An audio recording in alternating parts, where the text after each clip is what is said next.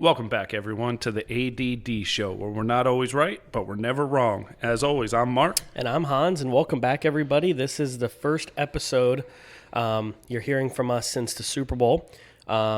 Schedules didn't line up, just been busy. Hopefully that fixes in the near future where we can keep going every week. Today we're going to try to go over a little bit of the Super Bowl reaction. I know it's been almost 2 weeks now, but just reaction, what happened. And then afterwards, hopefully towards the end, we can do a little off-season talk, some rumors, Aaron Rodgers type rumors, just on and on and on, and just kind of what we're expecting in the upcoming season and just things we may also think could happen in the off-season. So, Marc, humbly, how you doing?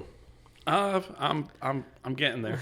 I'm getting there. I don't think I would have been able to record last week. You wanted to do it Monday after the Super Bowl, before the Super Bowl started. It's, I'll let you talk for a little bit. I'm still not ready. So we could get your reaction. So go ahead. From what I had witnessed, and we watched the game together, from what I witnessed two teams that were really, really good. I mean, honestly, they're the two best teams in the league, right? They made it to the Super Bowl. But there's been years you've watched football and went, one of these teams is the best, the other one got lucky breaks, right? To me, these were the two best teams. They were built very well. And like we said in the podcast before the Super Bowl, you have one team's full of superstars and names that you know. And then you have another team that's full of superstars, but guys you don't know, unless you're a Bengals fan or like a good sports fan. I knew most of them. But the difference is both teams went in really hungry. And the saddest part is the whole game was wonderful. We expected the Bengals to come out and go hard, or they were going to come out flat and then do a comeback. It was a very defensive game. Yeah. Very defensive. Neither quarterback really got into a rhythm most of the game. The run games really didn't get going until the second, third quarters. The second half when Mixon really started getting going. But just in general, it was a lot of stalemates, 3 and out or 6 and out. Like made it to the 50, punted. Made it to the 50, punted. Like no one really made it. I mean, I think McPherson only went out once, right? So it was a very low-scoring game. I was not expecting it. It was a great defensive game. And the best part about the game, whether people like the results or not, is it came down to one play. Yeah. It usually does. And it came down to the 4th and 1 call at the 50-yard line. That call changed the game. Half a second longer, and Bengals win the Super Bowl. Yep. And I'm not exaggerating. Yep. Everybody's seen the still photo of Chase and Ramsey on the ground and Chase running free. Yep. It's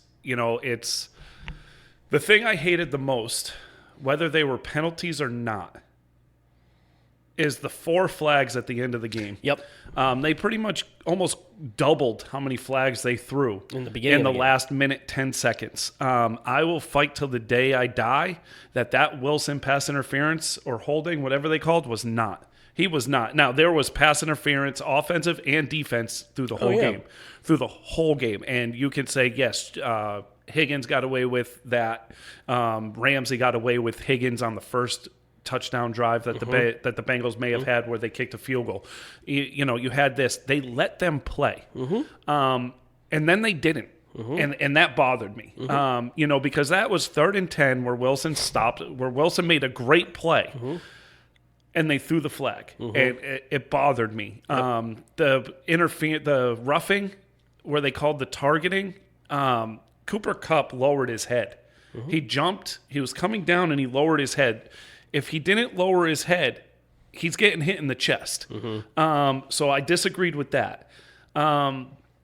Missed calls all over the place. I think they called that play mostly because of his launching angle. He still launched into the air head first towards Cooper Kupp. However, it didn't look like he did it on purpose, actually trying to spear him for his head. Yeah, but they usually call people now for the leaping, jumping midair tackle. You don't need to jump at them like that. You can just hit them. But the Bengals 3rd and 1 before the 4th and 1 where he got sacked or he threw it where Pirine. I mean, if you dive, you catch that ball. Yeah. But the 3rd and 1 where Mixon's not on the field. Why are you getting cute?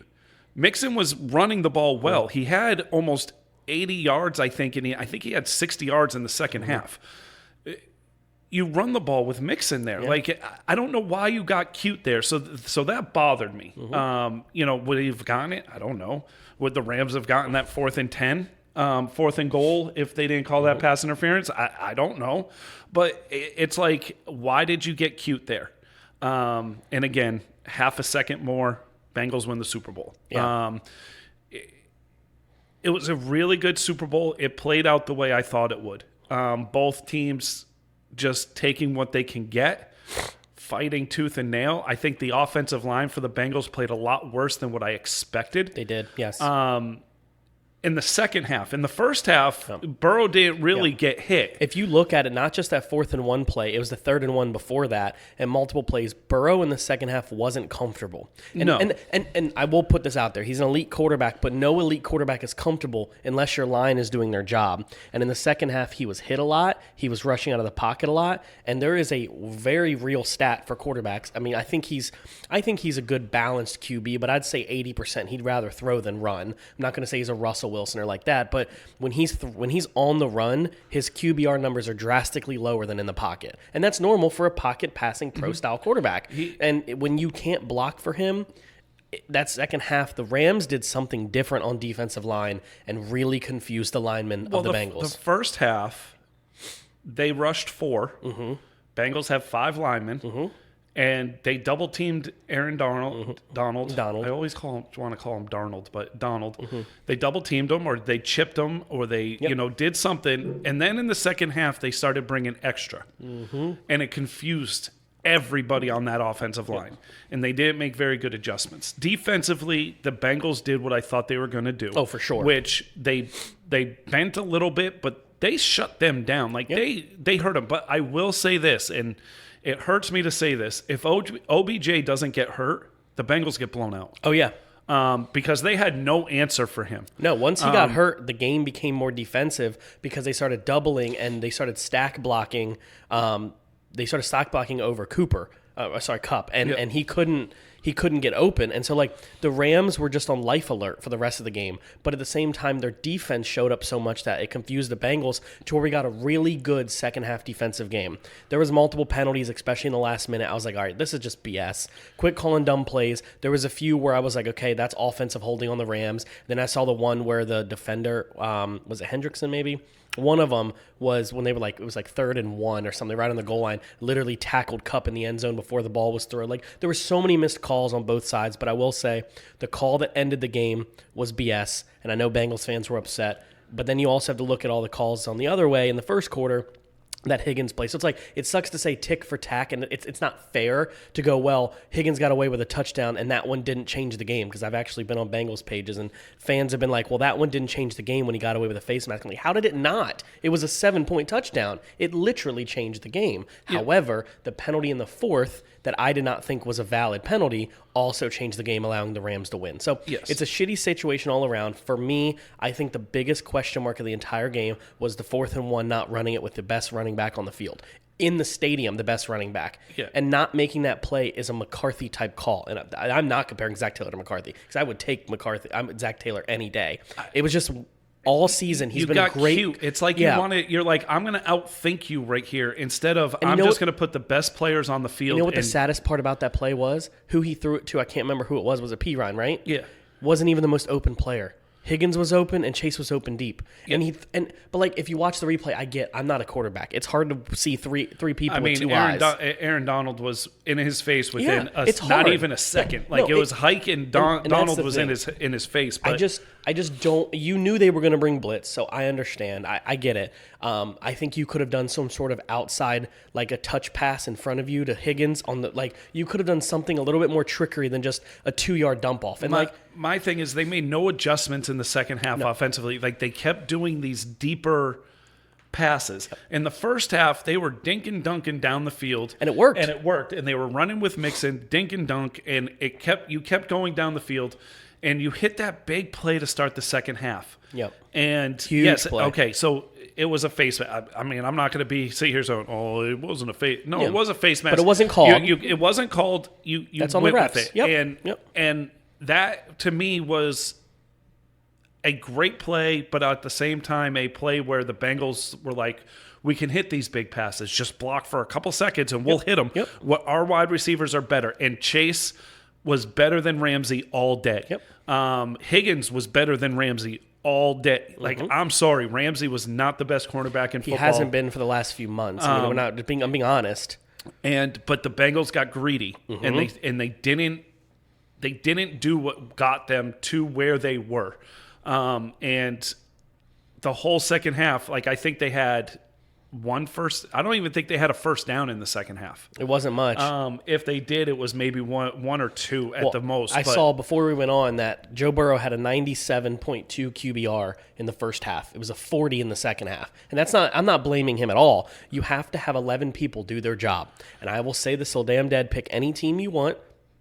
Pick any team. Their quarterback needs to have decent O-line play. It has to happen. You need a valuable running back. People like, well, quarterbacks should be able to do it all alone. I understand Tom Brady's a different animal, but in general, you need help. And when the line is not doing that for you, Joe Burrow can't get his Do you know how many throws he threw off his front foot leaving the pocket? He overthrew people by 20 yards. That's not on him. Yes, he overthrew it, but you have to. It all starts when the ball's hiked with those 5 men on the line. And Uzama played on the line a few plays, and Mixon had a couple good blocks like Zeke does sometimes. And I was like, they're making it work on just 2 wide receivers. They had just Higgins and Chase only on the outsides, and they were making it work. Then in the second half, the Rams are like, we're seeing what you're doing, and we've noticed that when he's uncomfortable, he loses. Yeah, he was sacked 7 times. Yep. I can't tell you how many times he was hit. Oh, it was a lot. And it was a lot.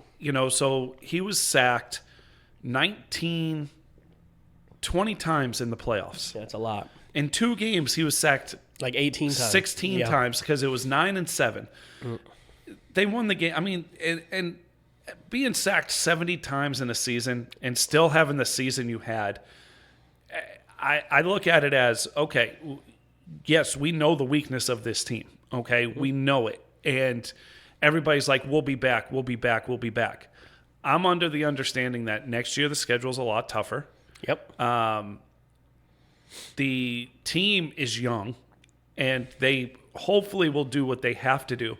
But there is absolutely no guarantee whether you have all the talent in the world and young talent, and you're like, yeah, we're going to be hungrier. Yep, I get it. I saw a stat, and I actually shared it to a Bengals page, and it wasn't a knock at Burrow, but it was just a realization thing that can happen. And it was of the 2012, maybe 13 Cam Newton year, right? Top of the world, the most sacked quarterback in the league. And they're 2 different quarterbacks. I'm just being clear. But I'm using the same analogy here. They're like, they've never gotten close since. That was their one shot. And the Bengals could become a dynasty. They very well could. But at the same time, people are like, we're going to be back, we're going to be back. That's what people say that are friends to Bengals fans. But realistically, they may never go back again for another 30 years. Like, I look at it as this. So let me ask you a question. Yeah.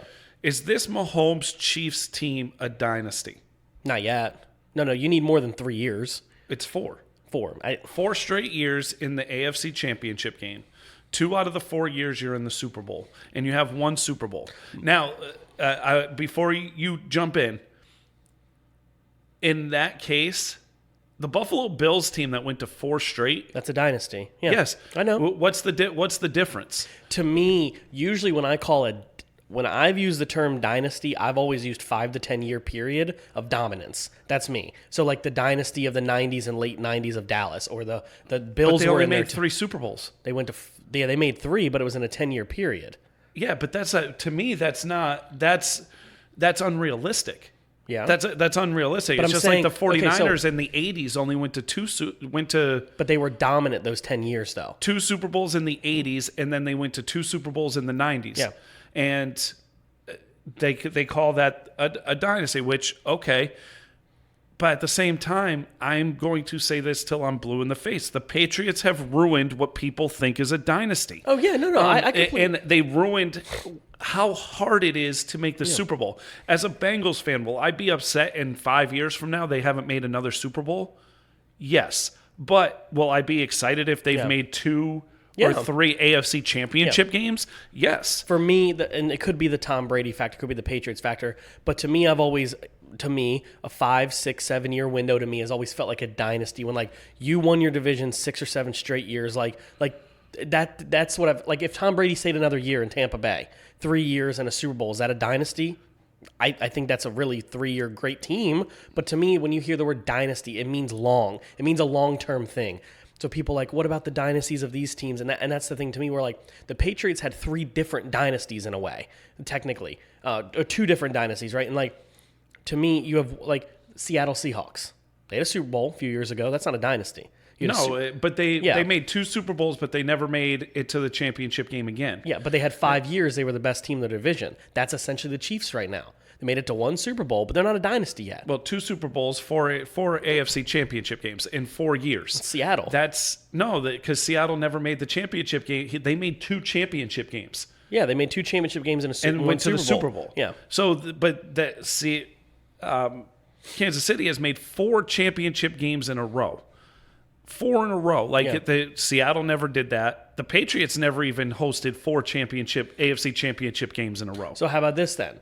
Same thing with the 90s Cowboys. 92, 93, 94, 95, 4 straight NFC championship games. Is that a dynasty? In that 5 years, yes. Yeah. Okay. So in that 5 years. If Yeah. you do the 10 years, No. Because, if you think about it, before the Cowboys got good there, they were 1-15.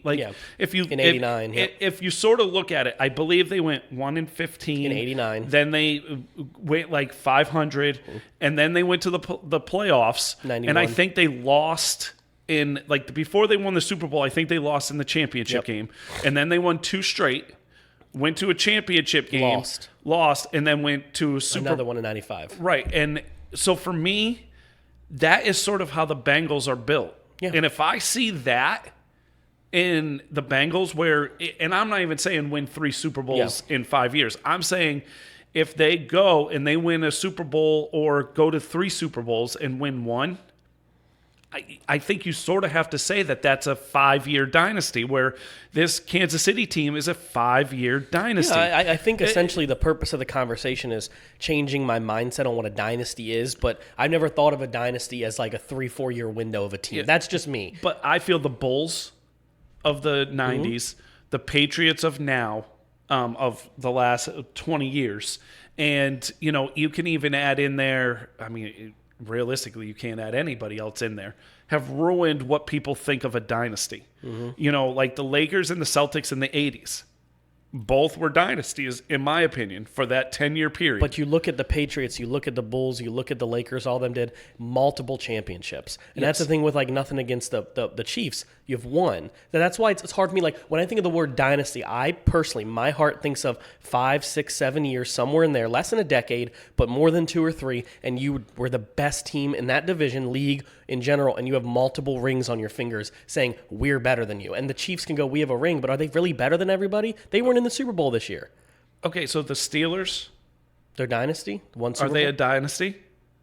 Winning 2 Super Bowls in Big Ben's 18 years. Well, they were really far apart, weren't they? They were like 7 years apart. Yeah, but I can't tell you how many championship games. I know they lost 1 to the Patriots. Yeah.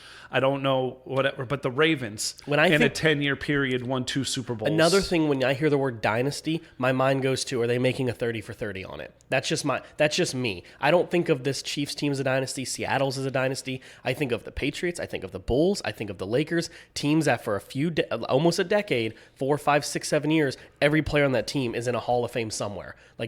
I'm just really high on what a dynasty or what a Hall of Fame caliber player is. Okay. A dynasty to me should be teams that you hold above everybody else for years to come. In 20 years, we're man, you remember them Chiefs team those 4 years? We hope we do. But it could be 20 years from now, you're going to forget about the Ravens. You're going to forget about the Steelers. We still remember the Bills. Yeah. Now, if the Bills, would you think of that Bills team as dominant? I would say they were dominant, but never got it done. It's technically a dynasty. It wasn't just the 4 years they went there. They had winning seasons before and after those years too. It's like a 6 or 7 year span. And so I look at it as you remember those teams. I remember them for losing 4 Super Bowls, but yeah. But my generation will remember them for being dominant and yes, not getting it done or running into a buzzsaw in the Super Bowl. I think if the Chiefs never go to another Super Bowl and with Mahomes and never go to another AFC championship game, I think you look at these 5 years where 1, yes, was with Alex Smith and then 4 with Mahomes. I think you look at it as you're going to remember it. Yeah. Because of the things they did And Yeah, I think- that's the thing. And so I'll say this, and I would love to ask Nate and Logan and Chandler, Malik, as Dallas and Washington fans, if you had Kansas City's 4-year window that they just had, would you be disappointed? No. Or would you say we are one of the, we're going to go down as one of the best teams? Like, even though those Cowboy teams won 3 out of 4, you still look at that team as one of the best. Mm-hmm. But I still think this Kansas City Chiefs run, you're going to look at this team, even though they only won 1 Super Bowl, say they've only won 1, you're going to look at them as one of the best teams to ever play. I have to post it on the Facebook page and ask this question. Yeah, we'll write it up, and so you guys are listening to this. I'll probably put it on the page. That's interesting. Like, definition of what people want to use as a dynasty. Do we think the word dynasty? Do we think of the Chiefs' Seattle run, the the Ravens run, the Steelers run, or do we think like Bulls, Lakers? Right. We're talking teams that. Now, as a fan of my team, would I love an 18-year window that the Steelers have done? Oh, of course. Not having a losing season, making the playoffs, a perennial playoff team, not making it to many Super Bowls or, say, AFC championship games. But would I like to be in the running every single year? And, yes, I would say yes. I think for me, the only deciding factor with a dynasty is, okay, we'll go with the Chiefs. But I think with a dynasty, I want to see some hardware out of it. That's just me. I think you need to leave a mark in history where people go, this is the team that changed XYZ PDQ. This is the team that was the first one to lose 2 in a row and 4 in a row. Yeah. This is this team. And I think you got to, it sounds dumb, but I think you almost have to leave a mark. That's why people like, well, Phillip Rivers or this guy in the Hall of Fame, like, you have to leave a mark in the game. Like, did you change the game? Are you going to be remembered in 20 years? And those teams you named, the Patriots, I think we'll remember Tampa Bay with Brady, only 2 years, but I think we'll remember that for a long time because of his move to Tampa. Because of Brady, not be if exactly. But let me ask you this: Tampa Bay's first Super Bowl. Yep. Who was their quarterback? It wasn't the oldest. It wasn't the old car guy, was it? Nope. He was in the early 2000s. Wasn't Garcia? Nope. I don't know who it was. Brad Johnson. Brad Johnson. Yep. All right. Who was the quarterback of the Ravens' first Super Bowl? It wasn't Dilfer. It was Dilfer? Okay. Yeah. I thought so. You see what I mean? Like, and so like I'm looking at it as, okay, like, and maybe that's why we don't think of, Maybe. But even that Ravens run where they were always in the playoff, and being a Ravens hater, I don't want to give them any credit, but that franchise since 2000 has been relevant. Yeah. And you can't really say, they've had a couple down years where they didn't make the playoffs and stuff, but you have to say that Ravens team, and so I look at it as, and like, not to bash on Washington or the Cowboys, but that's who we talk about the most a lot of times. Since 2000 to now, they're relevant. I'd rather have the Cowboys record than the Washington record, but what's the difference between them? You've won more playoff games in that span than they have, been to the playoffs more times than they have. But at the same time, it's sort of like, me personally, if you look at it from 2000 to now, I think the Bengals have won more games than Washington, and are close to Dallas, where Dallas for years was 500. The joke was 8-8. 8-8. Yep. That's all they're going to be. The running joke was Dallas always went to the Thanksgiving party and they just ate and they ate and they ate and they'd use like the fork joke. They'd ate and they ate, and I was like, okay, enough. Yeah, you guys are confusing us with Jeff Fisher. Please. So as a Dallas fan, I'm sure you're like, okay, we're 13-3, we're 14-2, we're 10-7, we're 11-6, we're you're the winning record, you're making the playoffs, but you've seen it before, and you're sort of like, now, no, let's show me something else. Yeah. Whereas for me, for Nate, Logan, when you have a season like we had, for a fact it's few and far between, and you have to take advantage. Like I made the joke that I haven't watched sports. I haven't turned on the NFL Network. I haven't turned on ESPN. This past Wednesday was the first day that I actually turned on ESPN and watched Get Up. I didn't read any sports things. The only thing I would know, the only reason why I'm up to date on some things is because of our group chat and people talking about, certain things that are happening. And because I didn't want to look at it. Like, I'm not a moral victory type of person. I'm not like, hey, it's been 3 decades since we've been here. I know this could have been our only shot. Yeah, you don't get a moral victory or well, at least they tried. Or you don't get you can have a good loss. It doesn't happen in the Super Bowl, bud. There is no better luck next year. When you make it there and lose, you might as like I was joking with Marc's wife, my mother-in-law at work. Sports came up somehow, and I was like, honestly, I feel for Marc. I do, because I'd rather my team miss the playoffs than ever lose one.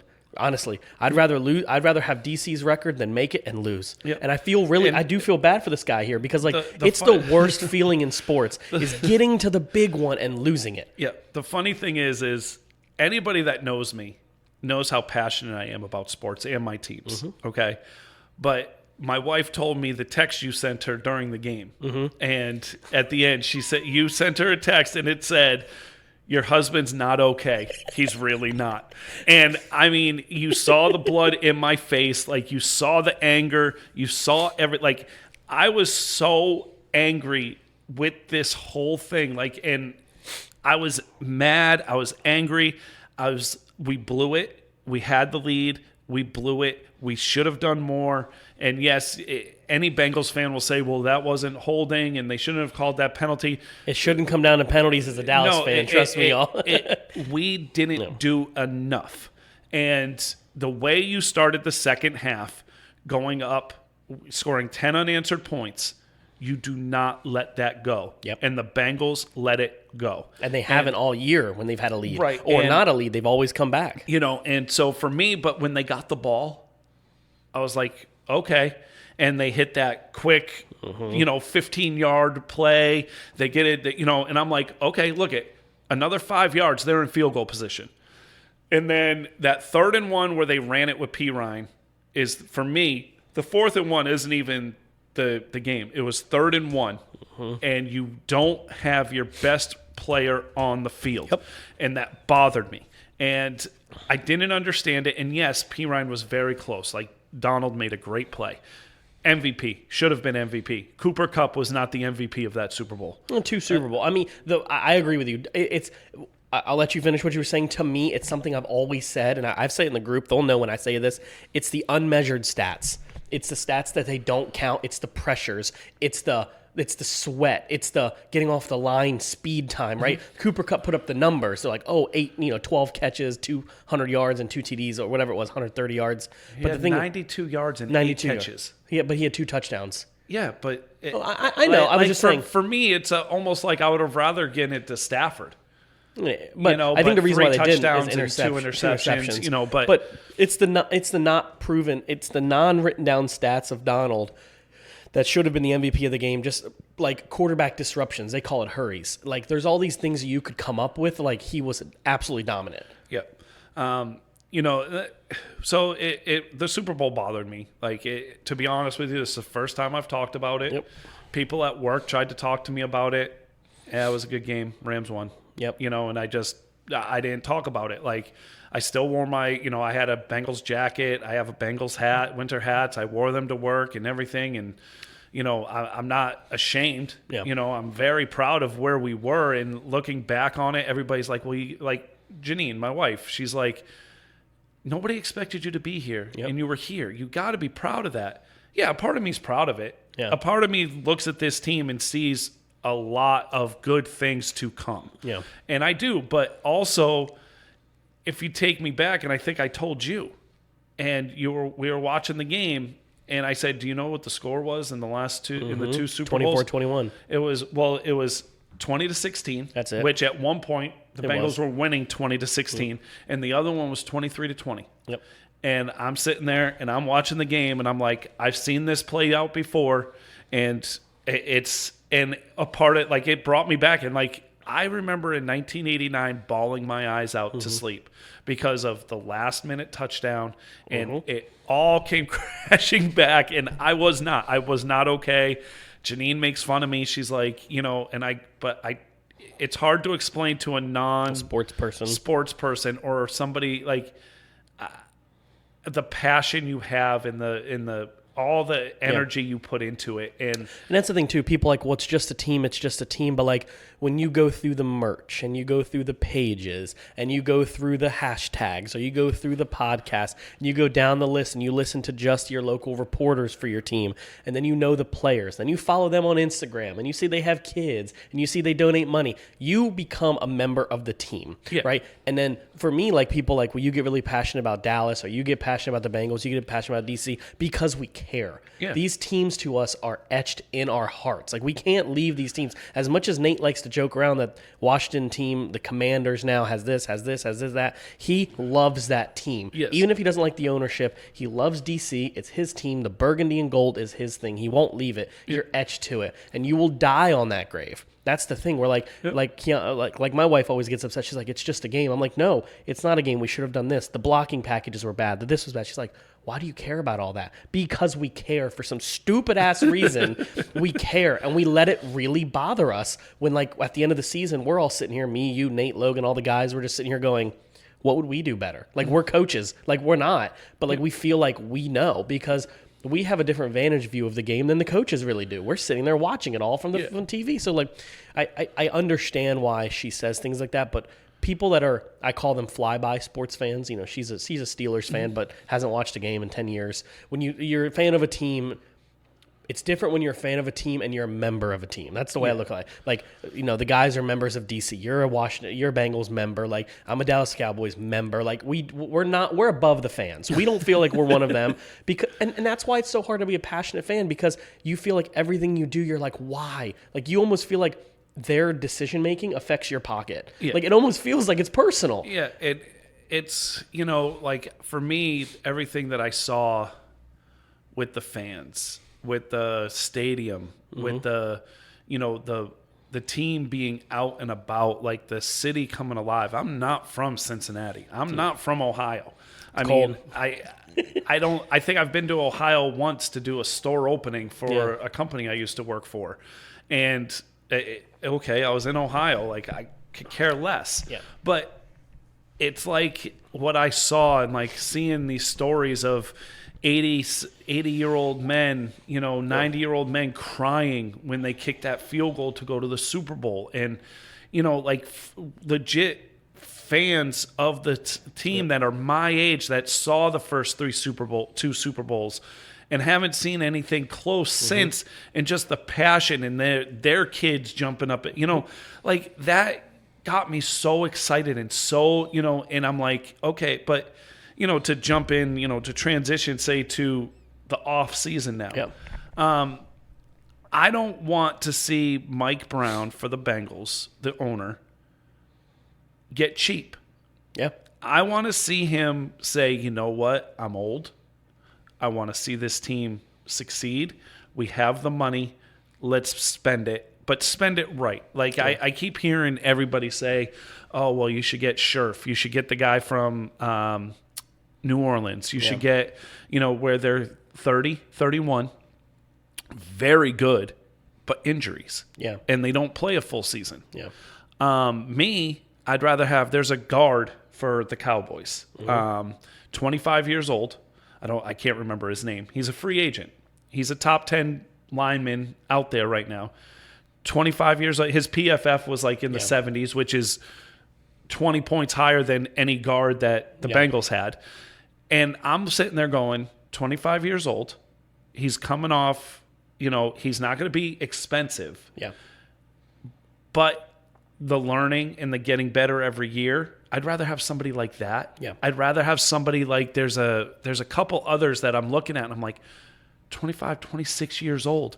You know, that's the type of player you want, because that's the team you're building.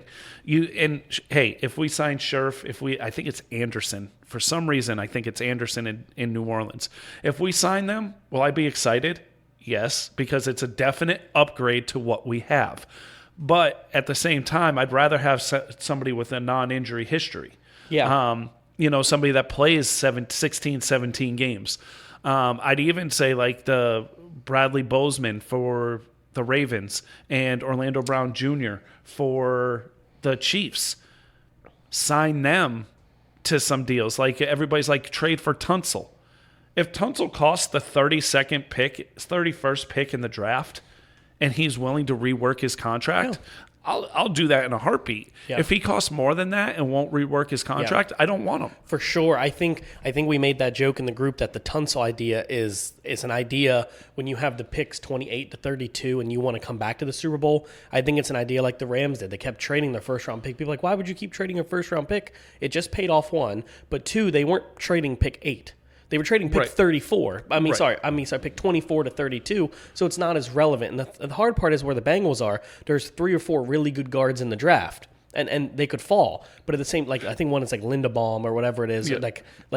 Well, the saddest part about that whole situation is all the teams that draft before you, including Dallas. Like the fact that the pick 31 is you need linemen, but so does every team in front of you that don't need anybody else. And like I mean this nicely. They could. There's things that could happen, but I see the Bengals using that to be able to acquire a Tunsil is a much better idea than hoping a top 20-year-old center falls to you. Unlikely. And I will agree with that. Yeah. And the funny thing is when I saw some mock drafts where that kid Linderbaum was there. He's a center, I think. He's a guard. He played center, but then he moved to guard. Yep. I watched his tape, okay, because I heard his name on 105.7 The Fan, and they were saying how he's strong, but he's slow, and he plays upright. And I'm like, okay. So I watched his tape.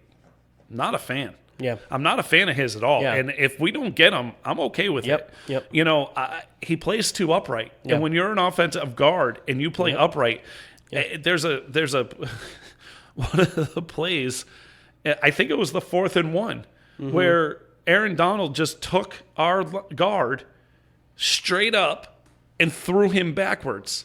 And I'm like, that's the same exact thing as what we have. So why not keep what we have? Yep. You know, but I hope that they spend the money. I want Bates back. I don't want the franchise tag on Bates. Yeah. I want him to sign a long-term deal. He deserves it. I want them to go out there and sign 3 offensive linemen. Yeah, the guy you're talking about is Connor Williams for Dallas. Okay. Connor Williams. Yeah. The reason why I gave that look when you mentioned his name is because we have Zach Martin and we have, these guys, Lael Collins and stuff but he's probably the worst guard in our line. But that doesn't mean he can't be successful because your guys' offensive line coach came from Dallas. Yeah, right. But so his PFF this year was very good. Very high. Now, what does that mean? I don't really know what they do with Focus, whatever it is. The thing with him is when they announced he was going to be a free agent and they're not bringing him back, I looked. And of all the players on the offensive line that allowed the most sacks, his was double digits. So it's like I mean, this is the way I look at it. So this is obviously a page I've used before, Sport Tracker. His current calculated yearly salary is $13.3 million. Do you pay him $13 million a year? No. He's not. And that's my thing. Where it's tough right now. If you look at the free agent guards in the market, but would I pay him that, or would I pay Scherf that? I'd pay him this. Yeah, probably. Scherf's a lot older and injured. Scherf's 30.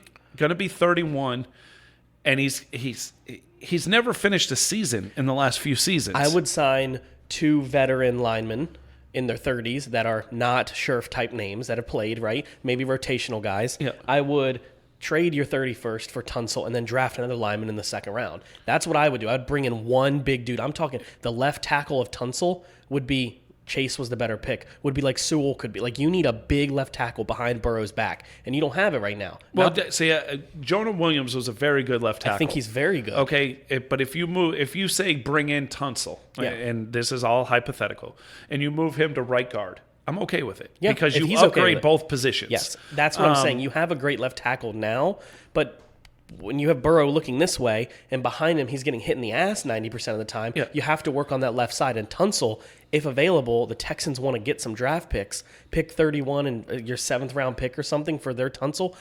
Yeah, maybe he'll restructure. Maybe he won't. He's only 28 years old. Why would you not want that deal? Yeah. I'm not saying you. I'm saying in general, if you go out to draft some linemen, the quality at 31 may not be the same quality in top 10. You want to go back to the Super Bowl next year. I think you would need to make a really big move. Yeah. You have to sign offensive linemen. How many years in free agency do you go, whoa, look what the Bengals did? That's never them. Dallas, same thing in free agency. When you go, whoa, look the what last Dallas. 2 years, Yeah. that's what you've said about the Bengals. Whoa, look what they're doing. And I do it want again. it to continue. Yep. Gotta do it again. And it's funny because everybody's talking about like the big name. I think it's these lower end names, Connor Williams. I think you're going to see there's a lot of players coming off their first contract that are decent. They're not superstars. Yep. They're not the best at their position, but they're not the worst, and they're right in the middle. Yeah. If I can get 3 or 4 right in the middle of their position rank and get them at a price that doesn't break the bank, I'm okay with that. I mean, you're talking the 70th best lineman in the league there. That's what they say. It's 70, whatever you said, PFF 76. But it's better than our 3 in the middle guys. Like, and our 3 in the middle guys are killed us. Like our guards our tackles did well. Our guards did awful. What's going to happen is they may not get the money, but they will. I can't say they won't. They will. You have all the guards around Connor Williams' range. You're not going to pay each one of them $13 million. No. So you may only be able to get, you said 2 or 3 of them like that. You're not going to get 2 or 3 guys at that price point. You're going to have to get one. We're going to have close to $70 million to spend because we're getting rid of some contracts. Now, Bates is going to be $15 million a year. 13 to 15, which I'm okay with. Yep. He is a top 5 safety in the league, if not higher. Uzoma probably will get extended. No. He's under contract. Do you think? No, I think I think unless he decides he'll take a cheap deal, I don't think they bring him back. Yeah. And the reason why is they still have Drew Sample, who's a very good blocking tight end and getting better at catching. But I want Uzama back as far as the leader, the clubhouse guy. That's why I would want him back. But if he costs top end, if he's $8 million a year, do you keep him? No. Yeah. No. And he if he gets $8 million, God bless. Yeah. Have a good, thank you for all you've done for us and everything you've done, but good luck. Yeah. But like it was that's funny. what Dalton Schultz wants for Dallas is $8 million a year. The tight end position is deep. For tight ends. Yeah. And I'm looking at it as Schultz, he'll get $8 million. He will. I wish we would give him $8 million. But a lot of the other, like Conklin, who had a great season for Minnesota, he's not gonna get $8 million. He's gonna be in the 4 or 5 million nicely. years. There's a lot of good tight ends. There's a lot of guys that play tight ends in free agency. Like, I think Nate sent that list, and my first response was, "That's a lot of guys." There's a couple good at the ones. same time, like you look at the names and you're like, okay, you know what? 1-2 good year guys. I would really like this guy on my team, especially if he's cheaper than what I already have. That's the thing too. A lot of people we should look at Mo Alley Cox. He's pretty good. It was like he had 1 superstar year, but the other 5 he's been irrelevant. Yeah. A lot of those players are like Dalton Schultz has been great for Dallas every year. This year was his best. Yes, by far. And you want to sort of hope. It's sort of like Trey Hendrickson that the Bengals picked up. You hope he just had his career year. Yeah. You're going to pay him hoping that is not his career year. Did you guys sign him to a 1-year deal? No, we signed him to a long-term deal, and we overpaid him. Oh yeah. We were the only ones that went to the price we did. It was almost like we were bidding against ourselves. Yeah, it's okay. We overpaid him, hoping he'd do what he did, and right now. He's worth that money. Like, if I'm the Bengals, though, I would just be careful with $70 million. You wouldn't, they probably won't. But fans are like, we gotta spend it. We have the money. I would get about 40 or 45 million in, 50 million in, and keep 20, 25, 30 million. If you spend all of it, you're dumb. Well, I'm sorry, you're dumb. But the reason why I say keep it is because look what the Rams were able to do halfway through the year. They had the money to bring on a contract. Most teams in the middle of the season don't have any money to sign free agents if somebody gets hurt. Plus, you keep the money going into your next year because you want to be able to re-sign these guys. You might want to get Burrow done early. You can't get Burrow done after next year. Yeah, if you get unless he gets hurt again. If you can get 2 linemen in free agency and maybe a decent tight end and maybe another couple corners, be done. Be done. Spend 30, 40, save 40 because you never know halfway through the year there may be an opportunity where Zach Martin, he has 3 years left, but let's say he was a free agent or going to be trade deadline. That's where you have $40 million and you say we want Zach Martin. Yeah. And we have the money to. You know what I mean? You got to have that room. I think also you're going to see the NFL, certain teams in the NFL, trying to duplicate what the Bengals did. Yeah. Okay. And that being said, I don't even know if the Bengals can duplicate what the Bengals did. No. Meaning that I think it was lightning in a bottle. And if you look at it, 10-7, not spectacular. No. They had games where they were the most dominant team in football, but not spectacular. Yeah. And they had a lot of one-score games, which I'm okay with. If you win a one-score game, that means you did enough to win the game. Yeah. If they lost a lot of one-score games. And so I'm looking at it as that is something that you can go again next year and be 10-7, but you're not winning the North. Yeah. So you're not getting a home playoff game. And do I think they're going to be a 10-7, 11-6, 12-5 team next year? I do. But that also looking at their schedule, it's a first place schedule because they won the division. So you play the first place schedule. I was worried about that too, but now I'm not. Yeah, but we have Tampa Bay and Green Bay, and both might not have Brady or Rodgers. So. Right, and then you look at the NFL right now, and there are so many question marks all over the league. And, and I'll even say the Chargers, young up and coming team. They have a lot of free agents. They don't have a lot of money, and they need a lot of help. And I don't know if they can make that jump. So I really don't. Then Baltimore. Yeah.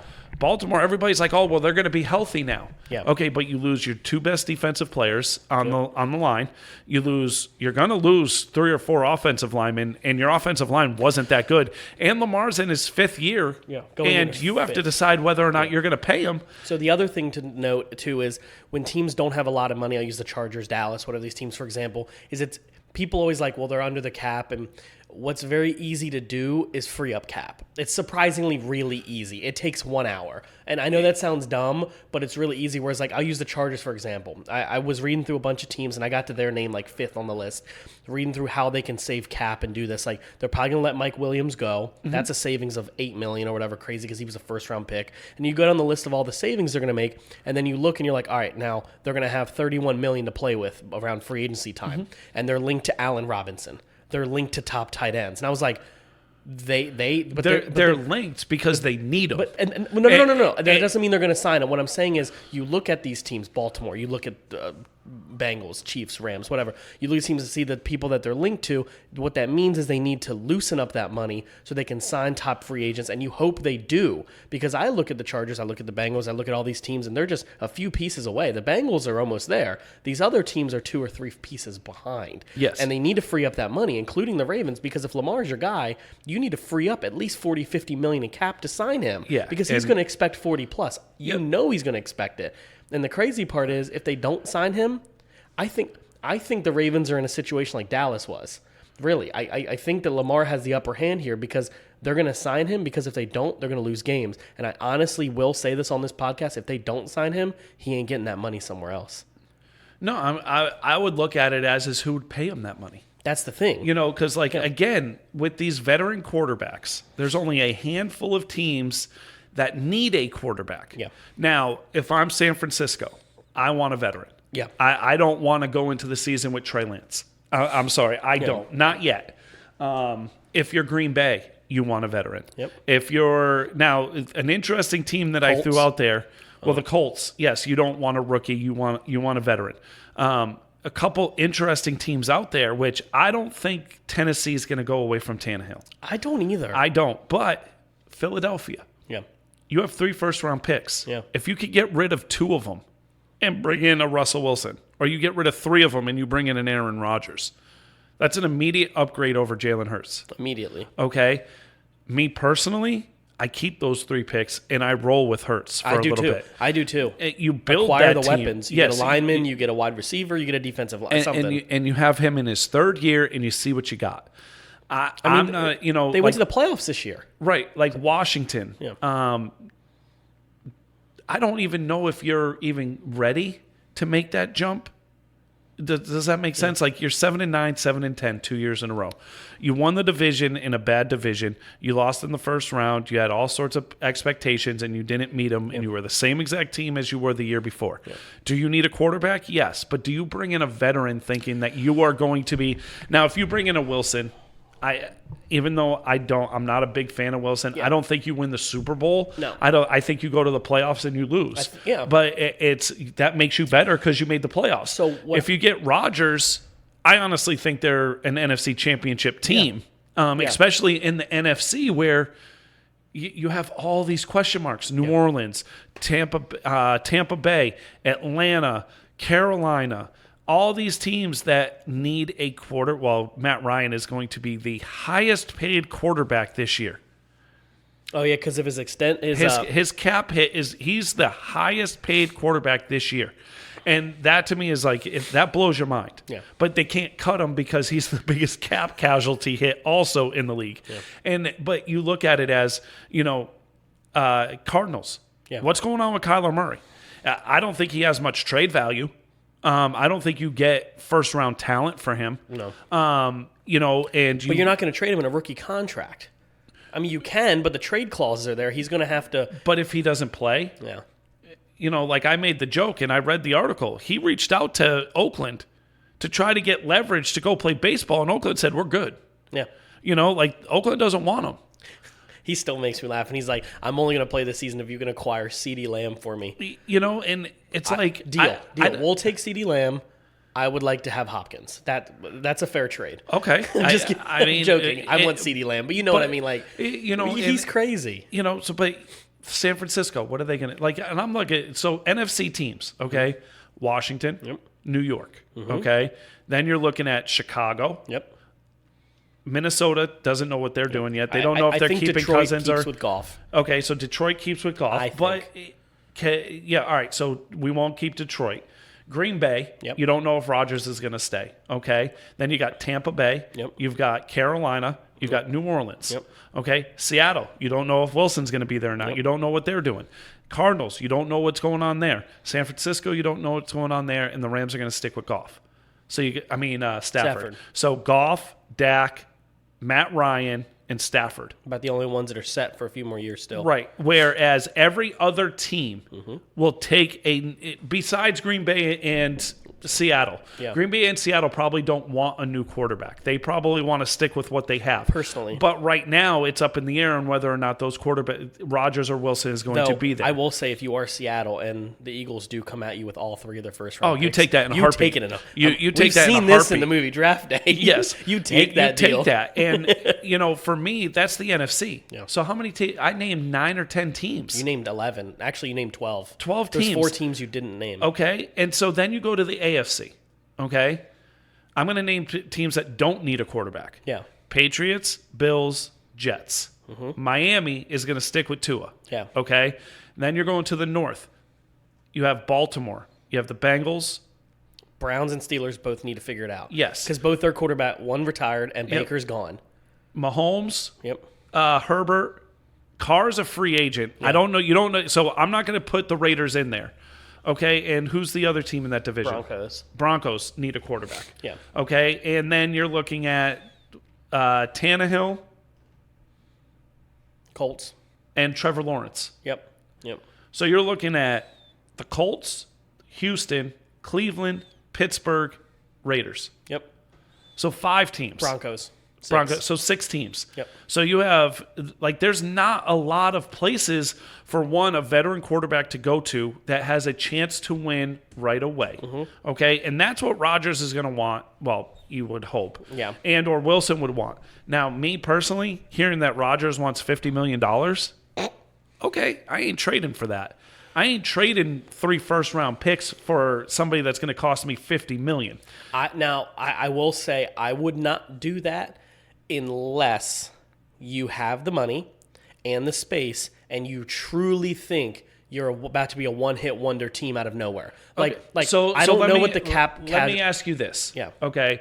If you're Dallas and Green Bay came to you and said, we'll do a sign and trade with you. You give us Dak and you get Rodgers.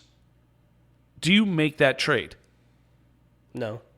Okay, because Dak's younger, correct? Well, 1, Dak's younger, and 2, I'm one of the few Dallas fans who thinks this because I don't think Dallas fans like quarterbacks that don't look appropriate for Dallas, right? I don't think Dak's our problem, so why would I want Aaron Rodgers? But I know what you're saying. But I agree with you. Now, if, like, let's just say Dak was 35 years old, that's a no-brainer because I would assume Dak would still be a no Super Bowl quarterback where Rodgers is. But again, the pairing of Rodgers and McCarthy, I don't want to see that again because I didn't like it. Right. Well, I'm just saying, it's a hypothetical. I would say no for me right now. Yep. Now, if you're Washington, yes, you probably pay the $50 million for Rodgers. But see, the thing is like, I would say you would. I think they have the cap to do it. I believe. I think they can make the cap to do it. Yeah. But it's not just the money; it's the amount of assets you got to give up. You got to give up first next year, and you're going to have to probably give up a Chase Young. You're going to have to give up or a sweat. You're going to have to give up a top talent, and it's like, is that worth it? Where for me, I just want to go into Washington here real quick because it's something I've thought about for them. Is I think they should 100% draft a first-round quarterback, but I also think.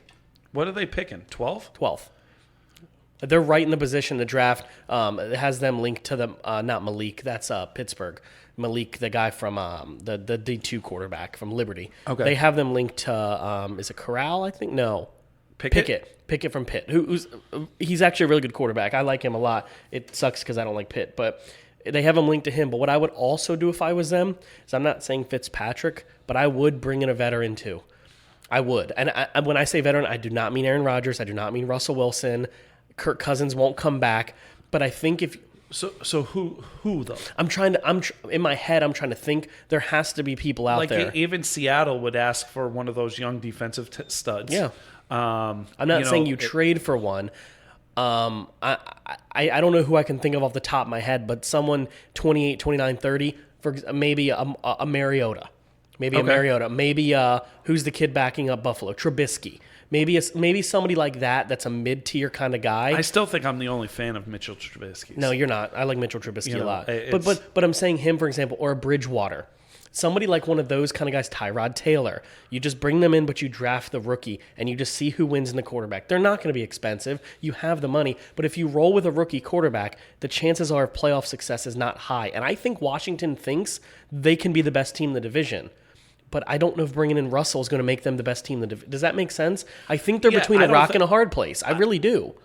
We'll get Logan. We're going to get Logan on soon. I know Logan's been chomping at the bit, and I know no offense, Nate, we have you on a lot.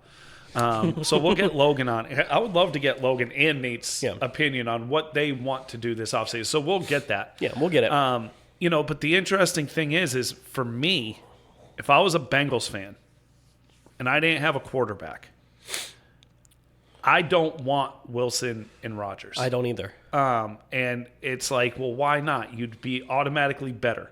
Okay, you'd be automatically better, but you're putting your franchise. I'm not a fan of how the Rams built their team. Yeah. And to me, that is sort of how, it worked, but you're also at the whim of not being able to bring in young talent to sustain it. And I'm excited that the Bengals have young talent that sniffed got to the Super Bowl, saw what it takes to get there, and knows that we're going to have to work our freaking asses off every year to get back. I loved seeing that Chase and Higgins and Burrow, they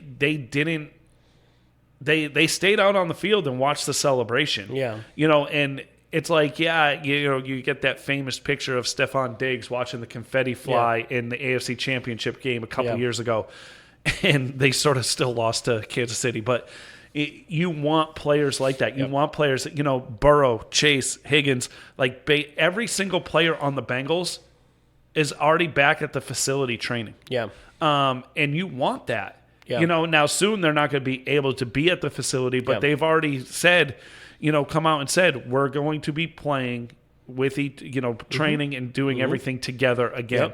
And this team loves each other, and that's the thing you love to see. That's one of the things I liked when 2 years ago they did is his name like Tony Bressinger or something like that. He does, it's like, I can't think of what his name, but he does like this YouTube documentary where he goes to people's houses and he does this like little, something Graham might be his name, but does a little interview, and he went to Dak's house after he bought his house, and it was in the middle of the day, like it was in the middle of the off season, and he's like, so this is my house, it's in whatever, Texas, and this big community where all the other Ohio players live, and he has a 50-yard field in his backyard he just installed, and he's like, that's Tyron Smith and Zeke, and they have like water coolers set up, and they're playing in like July. Yep. They're just practicing in the backyard. Like, that's camaraderie. That's what teams need to do. They need to stay together in the off season because you can't be at the facility. So if Joe Burrow's got to build a football field or get together on a beach somewhere or go rent out a high school stadium, you do it, and you keep the camaraderie together because you're hoping you're going to be back. The other thing I wanted to add to you was you said if you guys didn't have Burrow and you needed a free agent. The interesting part about this market this year, there's a lot of good quarterbacks on the market. Like if I'm Dallas and we didn't have Dak,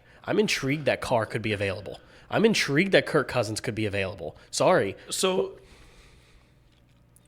I'm a huge fan of Derek Carr. Okay? I'm becoming more of a fan of his. I'm a huge fan of Derek Carr. I think he gets a lot of flack. I think Washington could do very well if they went after him. But do you pay him the $30+ million that he's asking? I would pay him 30 over Rodgers' 50. Okay. Would you rather have Carr than Wilson? I guess it would depend on what kind of offense we have. I mean, you're Washington. Washington. I mean, you know the offense that they run. I'd say Carr. You know, and so that's for me. It's like I don't think they run mobile enough offense. I don't think they have. I don't feel they have mobile guards. Nate and Logan will tell me if I'm wrong, but just mobile enough to run a dual threat quarterback. Maybe when RG3 was there, but I haven't seen it. Maybe it's because they haven't had that kind of quarterback. I just feel that and one quarterback we're not even mentioning is Deshaun Watson. Yeah. 9 out of the 22 cases. Yeah. Are going to be heard in court. Yeah. Okay, where he has to answer questions. Yeah. Under oath in court. Yeah. It's not like trial. Yeah. It's just I don't arbitrate. Yeah. Not arbitration, but that sounded stupid because football, baseball, they do arbitration. But it's something where but that's 13 of the cases. Yeah. That were thrown out. Yeah. Okay. Still 9. Yeah, it's still, if it's any truth to any of this, it's still disgusting. Yeah. But if he doesn't do jail time, and he's only suspended for 4 to 6 games, say by the NFL, which he already missed a whole season. So if you're Deshaun Watson, you're like, NFL, it already cost me a season. I'm not guilty of anything. Yeah. Why am I being suspended technically again? So I could say, it comes down where, okay, well, we'll settle out of court. NFL says, okay, you're going to lose 4 to 6 games. Yeah. You trade for him. Yeah. I trade for him over I trade for Rodgers and or Wilson. Well, the reason I say it is because we weren't talking about him. If he's on the table, it depends on what your picks are and stuff like that. If you're going Derek Carr, you're going him. The problem is he's not money. He's money and assets. So you have to look at it from a team perspective. If you think you're there, you give up the assets. If you don't think you're there, you don't give up the assets. For example, a team that I think is there and can win with a high-caliber quarterback would be teams like Green Bay, Tampa Bay. I potentially, and this is going to sound crazy, Denver. Really, they do have a lot of weapons. But they have a lot of weapons, but I see, and you said I'll put money on it now that Aaron Rodgers plays in Green Bay. And I said, I'll put 20 on it right now. I said it in the group chat. I didn't say in Green Bay. I said in Denver. In Denver. Yeah. And I said, I'll put 20 on that he doesn't. Okay. The fact that he put this demand out there of $50 million proves to me that he's not going anywhere. Devontae Adams, I don't think, and like if I'm it's going to sound funny, but if I'm Green Bay, I sort of say, okay, fuck you, Aaron Rodgers. Here's your $50 million. But Aaron Jones is getting traded, so you can have your $50 million. Devontae Adams isn't getting signed, and you have to play with who we have. Yeah. Tanyan's not coming back. Nope. By the way, your favorite offensive lineman, we can't afford him anymore, so he's getting traded. Yeah. And you That's sort what of happens. And you sort of say that, and you sort of just say, or you say, you know what? Okay, the only team that can afford you is Houston. Yeah. See ya. Yeah. Jacksonville. But and you send them to the worst team available that will give you more for him. Yep. And yes, will Houston be much better with Aaron Rodgers with the roster they have? Of course they will. Yeah. But at the same time, they're still a bad team. Yeah, I think to add to that, what we were saying before was you have about 3 or 4 teams, and I personally, I do put Denver in that category, San Francisco in that category, where they're the teams that need to acquire the Russell Wilson, the Aaron Rodgerses, because they're free agent. Well, not Rodgers, but the free agent ones. Well, I'm sorry, excuse me.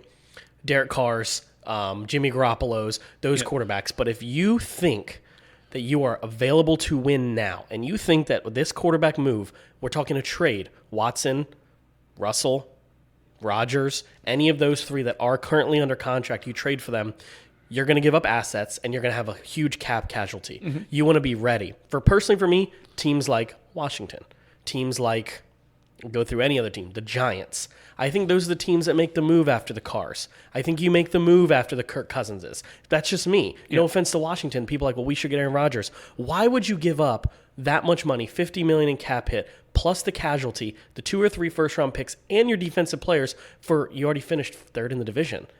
You're going to make a jump, sure, but you still have Dallas to go through, who won the division, who isn't going to change that much in the offseason, and you have the Eagles to go through, who literally came in 2nd. Now, Dallas will change. Yes, he's a huge asset, but what else do you have to give up? Right. So my only concern is if I'm a team and I have all these picks, the only way I'm giving up my picks and money is if I truly think that acquiring one of those 3 quarterbacks I just named will put me over the top. But there's teams out there like the Vikings. I'm sorry from the Vikings. Draft somebody and bring in another Garoppolo type guy. Don't go stupid. You don't have the team for that. No, and so it makes no sense. I'm going to throw something out here that I've read multiple reports that this is in the works, that he's going to try to do this. I would not be surprised if it happens either, but I could see Brady playing for San Francisco next year. I could too. He's from San Fran. It's his, he grew up there, but at the same time, you can argue, say, a quarterback away. He hates Jimmy Garoppolo. He tried going to San Francisco before he went to Tampa, and they told him, sorry, we're sticking with Garoppolo. Yeah. And his response was, you're sticking with that fucking guy? And now what better way to say, like, just F you to a player that you feel you were disrespected by. One, your organization drafted him to be your backup, to be your successor. And you went out and you won more Super Bowls and played better than you ever have. And then you made that team trade him because you weren't going anywhere. And then they trade him and you won another Super Bowl. And then you leave and go to a team. You said, I'll come here, but you got to get rid of him. No, we're going to stick with him. And you go to Tampa Bay and you win a Super Bowl and you go to the playoffs again and you almost make the NFC Championship game. To come back and take that player's place and lead that team to the Super Bowl. It's pretty bold of you to assume. San Francisco is immediately the NFC favorite if Tom Brady goes there. Immediately. Tom Brady's not coming back to start a regular season. Oh, yeah, he is.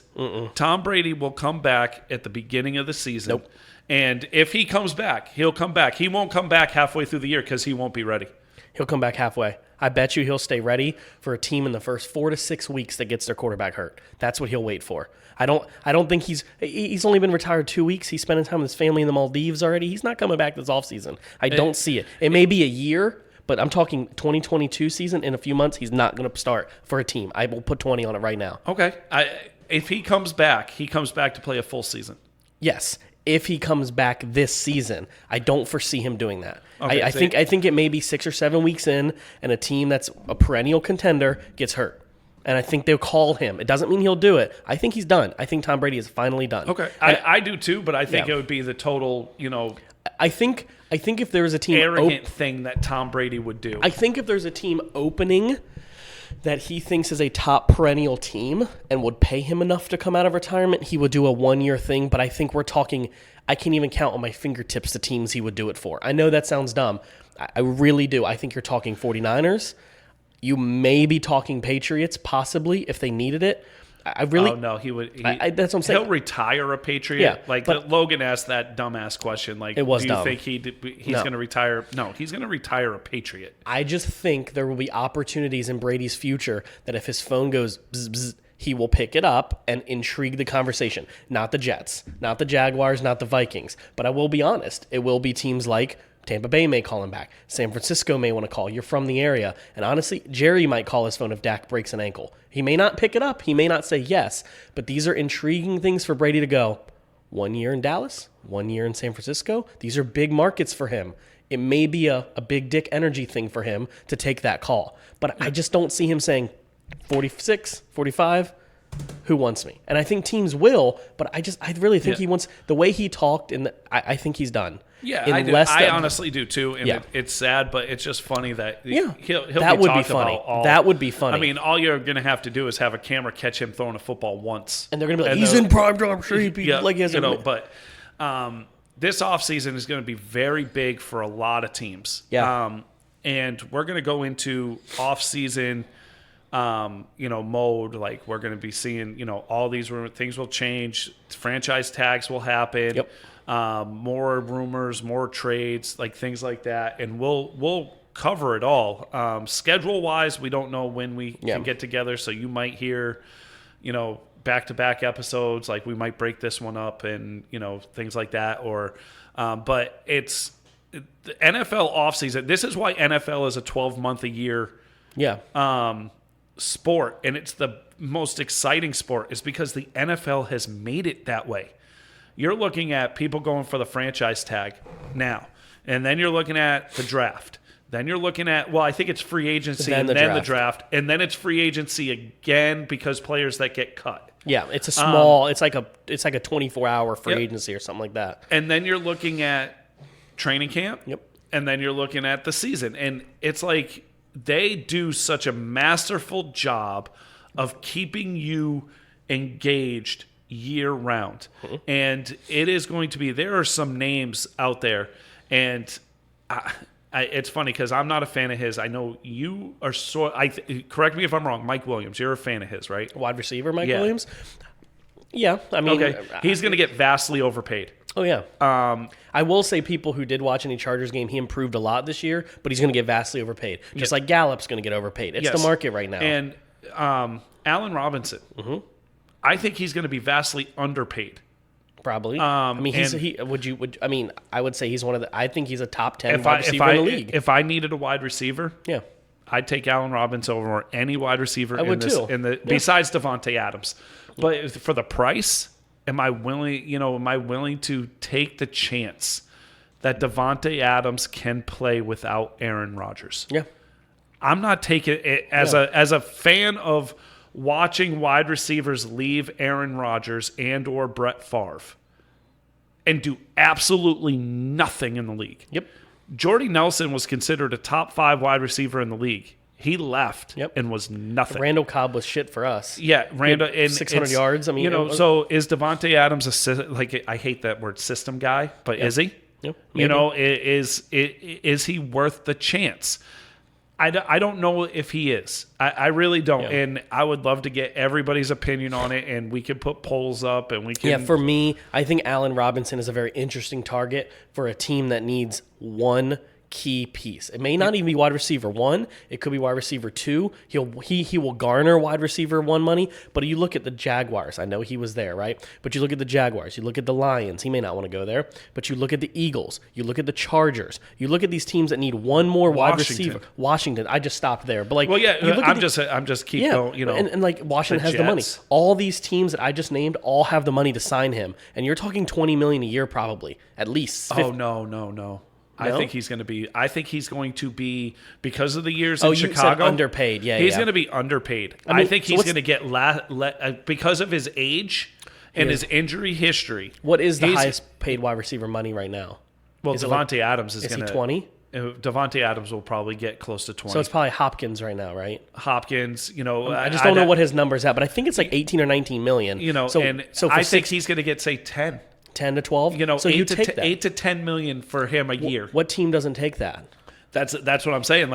And I look at it as, I'm looking at the Bengals and I'm looking at they don't need that skill position. No, you don't need They skill need position. to pay Bates. And I don't care what you pay. If he wants the top safety money, I give it to him. He's one of the top safeties, so why not? I upgrade at cornerback. I upgrade at... You should re-sign Eli Apple. Let's put it this way. Eli Apple helped us get to the Super Bowl. Whether you want to shit on him or not, and you want to know all those people chirping saying he got burnt like toast and stuff like that, Mecole Hardman, where were you? Yeah. Mecole Hardman, he shut you down. Like, shut your mouth. Like, I'm sorry your butt hurt that Eli Apple shut you down and you didn't make the Super Bowl. Eli Apple was there. Yeah. And the play, the game-winning touchdown, that was good coverage. It was just a great pass. And a great catch. I'm sorry, his arm is in the middle of Cooper Kupp's. Did he get beat? Yeah. Ramsey got beat worse. Yeah. I'm not saying Eli Apple's a great cornerback, but I'm saying he's not the reason we lost the Super Bowl. Oh, no. But that's what you're reading, and that's what people are saying. And I think that moving stupid forwards, girl that does those funny things on TikTok, those things, and she's hilarious. People funny. love her because she's really hot and everything. But Dude, she's hilarious. And she went at Eli Apple. It's like, okay, but again, he wasn't he got beat. The Beckham touchdown, he got beat. Okay, and if Beckham was out there, but the last touchdown, he didn't get beat. Yeah. I think why they do that is they go with the Chiefs game and the games before that and the whole season. Overall, as a whole season, he made a lot of good plays. I think he had more burnt days than he had good. He talked a lot of shit. Yeah. Going to the Super Bowl, talked a lot of shit. And do you take it? Yeah, you take it. But at the same time, these guys are like, okay, you didn't get there. Yeah. And that's why you're saying all this. But you upgrade at cornerback. You don't bring. I mean, if Eli Apple wants to sign a couple $1 million contract, I bring him back for a couple. A 2-year deal for say $2-3 million. I don't pay him any more than that. Yeah, but he knows the system. See, the crazy part about that amount of money, when you look at the the cornerback market right now, that a 5th round, 4th, or literally a rookie contract corner is getting $3 million a year. Yeah. So that's the thing. So he would never sign for that amount of money. But do I want a J.C. Jackson? I would love J.C. Jackson, but I don't want to pay $20 million, $15 million a year for him. Yeah. I'm sorry, I don't. Gilmore. Would I love a Gilmore? Yeah. Yes, but is Gilmore going to demand top money? Yeah. I would love somebody like that on our team. Yeah. Would that make our defense 1,000,000 times better? Yes, but I am. It's so funny because I'd rather pay 3 linemen and get 3 top linemen and not a single cornerback. Yeah. And get corners out of the draft than and spend 90% of my money on offensive linemen than get anybody on defense. Yeah. And that's just me. That's the way I'm thinking. And as a Bengals fan, watching Burrow get sacked 70 times in 20 games. 70 times in 20 games. I mean, think about it. And in 3 different games this year, he walked off with a noticeable limp. Yes. And one of them got him hurt in the Super Bowl, and luckily he played through it. Yep. And he doesn't need surgery. It's just a sprain, blah, blah, blah. But I legit thought it was ACL. I'm not going to lie. Think about it. 20 games he played this year. Yep. That's over 3 sacks a game. That's not counting how many times he was hit. Yep. That's not counting anything. Can Joe Burrow take it? Yes. How long?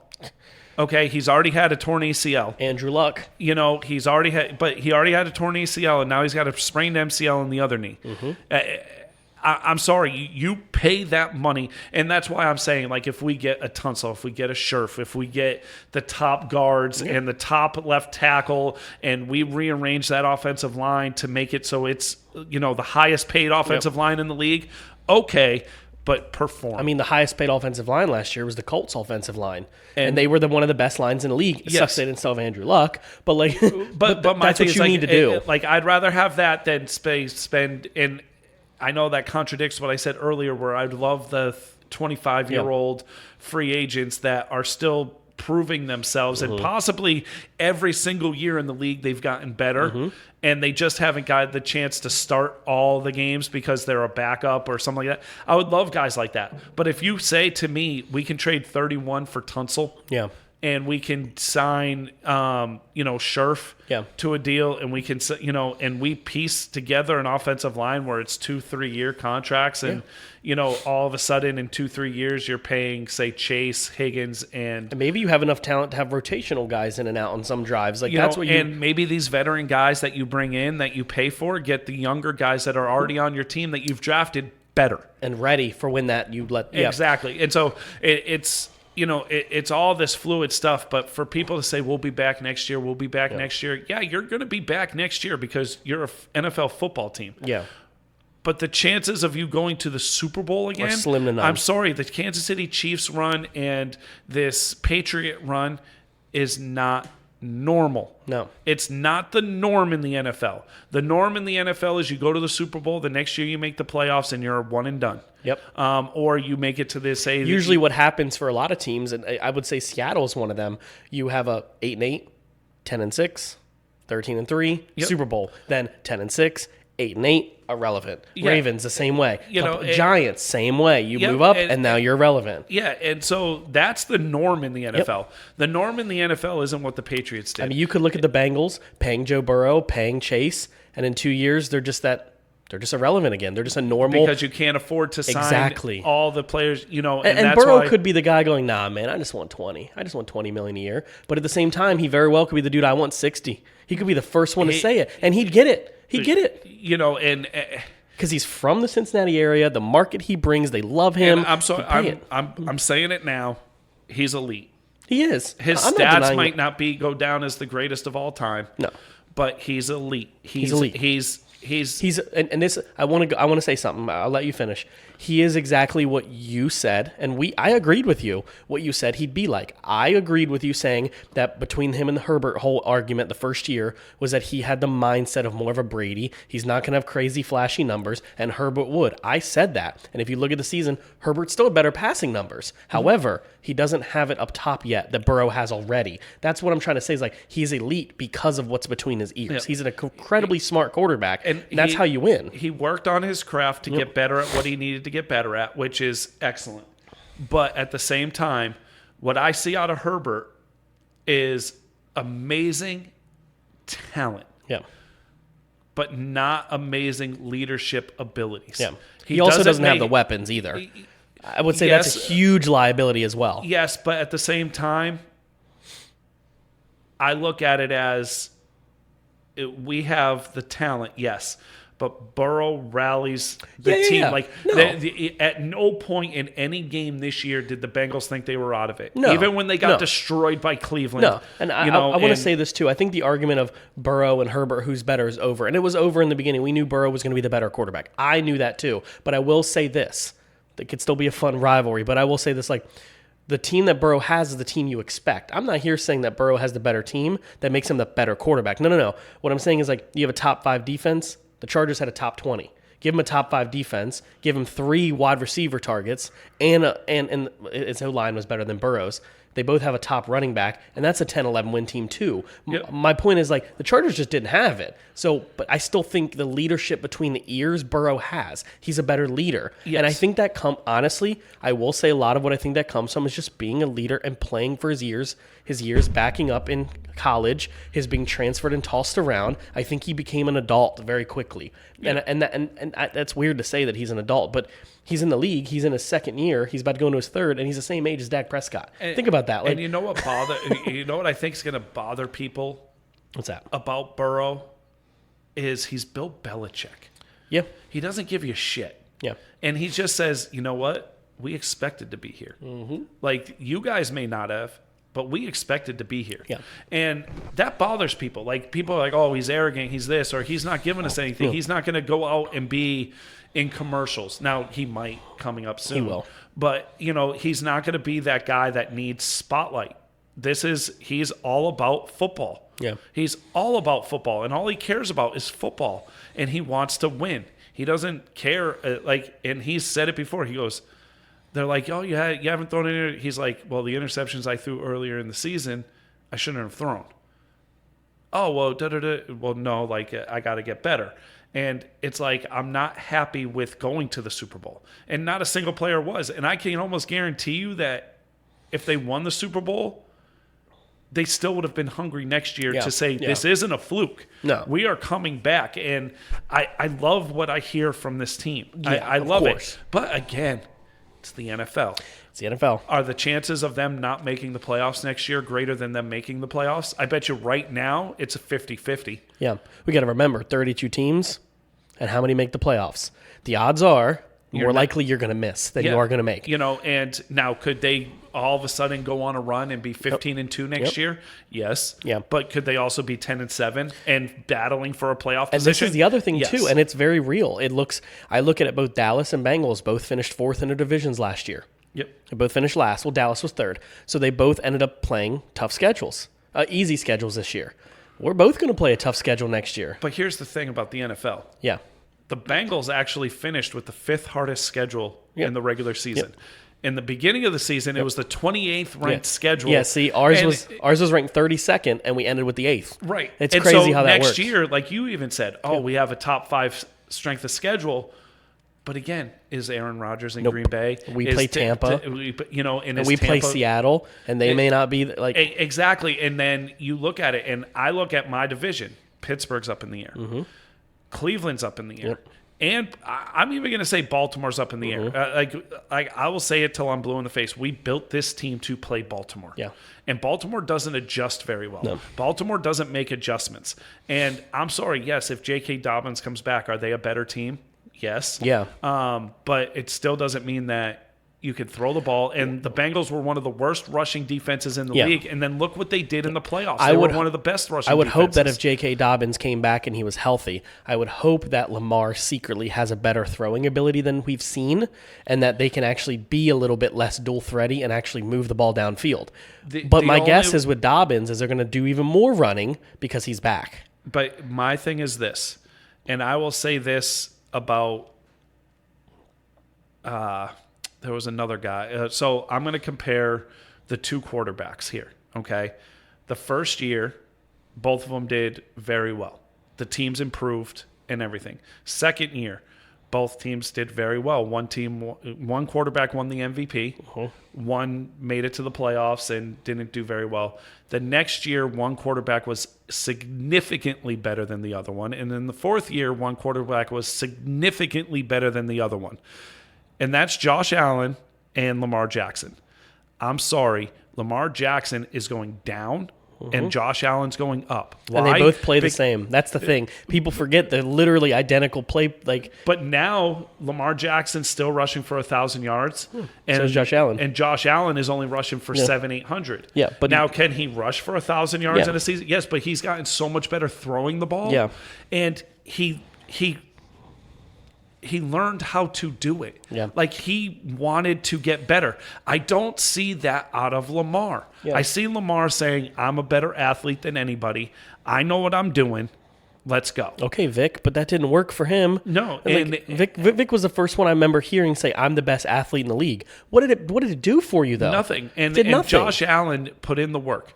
And I'll say, Herbert, you saw it after his first year. What do you mean you need to work on something? He's like, I need to work on this arm angle, this arm, and this to get my arm strength a little bit better. Burrow, hey, what are you working on in the offseason? You tore your ACL, so you're working on your knee. He goes, no, I'm working on my arm strength to get the ball out of my hand faster and harder to get it downfield more. Two quarterbacks, because I watch a lot of college and I also watch a lot of the draft and a lot of the combine stuff. Two quarterbacks coming out, and they were different years. One is Herbert and one is Josh Allen.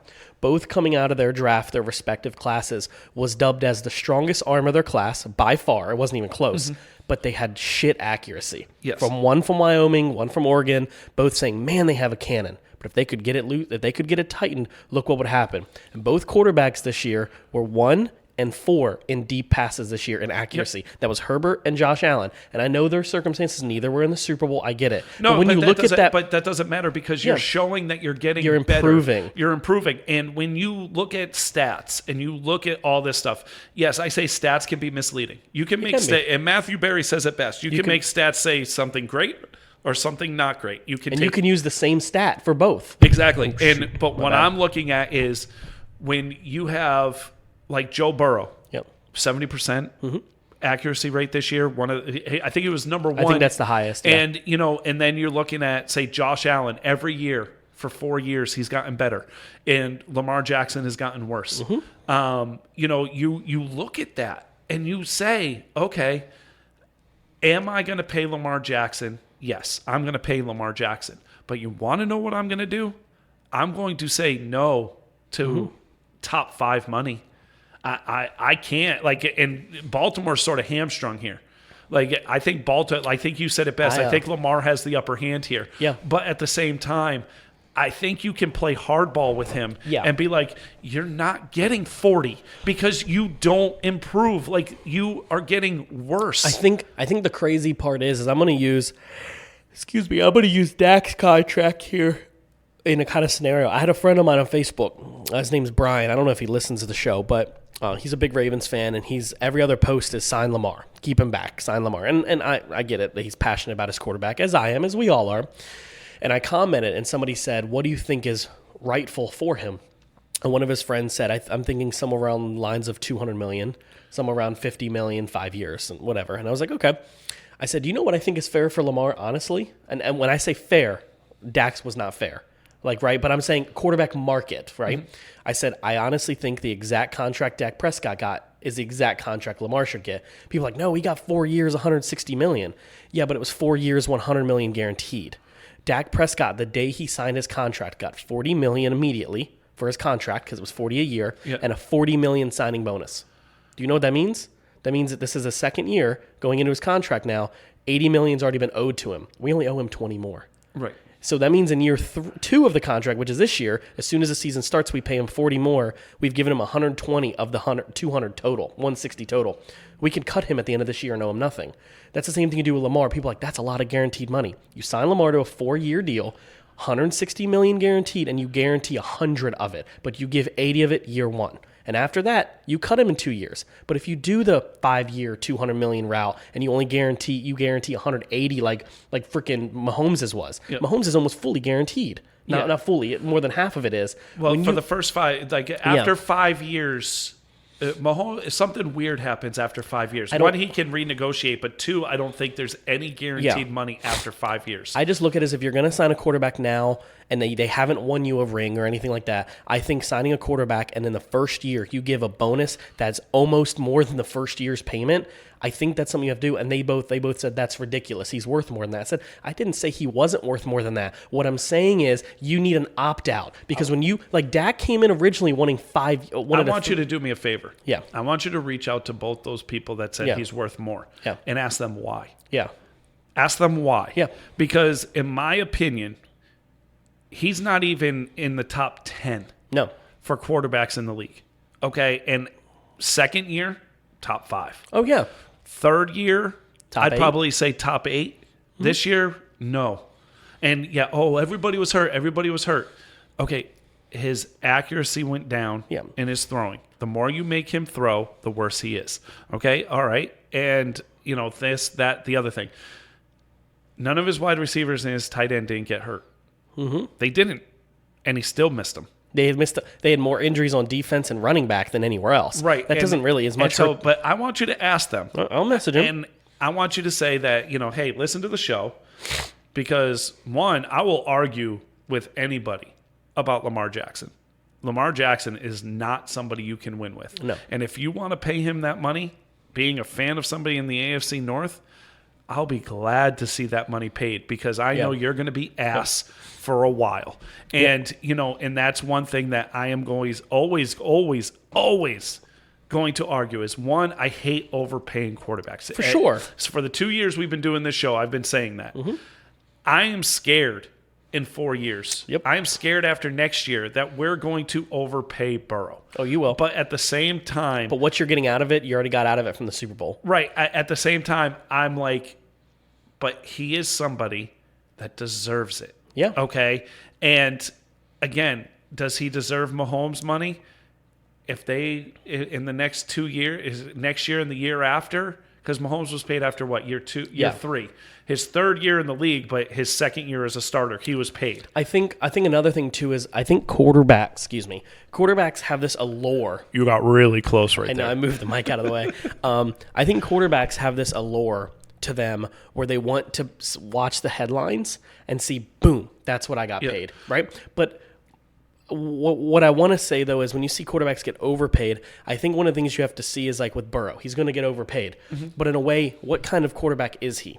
When I say that, what I mean is, do you have a quarterback that's going to get paid $50 million a year and go, ain't renegotiating? Or are you going to have a quarterback like Dak does? And I'm sure Burrow would do that, where Dak's supposed to get paid $40 million this year. He said, I don't want it. Convert it to the last week of the season. He's already said that, so we can free up more space.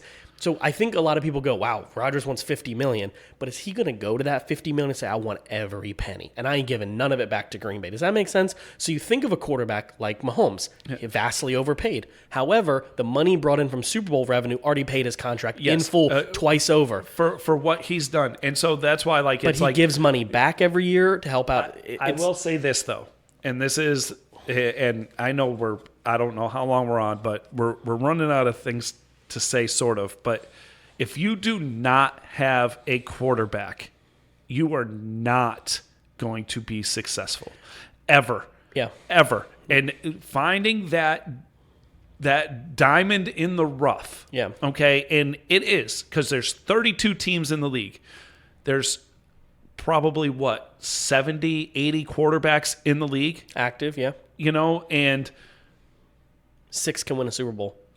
I would probably say you have 6 elite quarterbacks where them alone can get you a Super Bowl or get you to not even a Super Bowl, to the playoffs. I'm fully confident, and I've said this, and I said this a few weeks ago. There are 10 quarterbacks, 8 to 10 quarterbacks in the league that can get you to the playoffs. Yep. However, if you don't have a stacked team, you can eliminate that to 5 to get you farther. Yes. Does that make sense? Like Tom Brady, I know he's not active.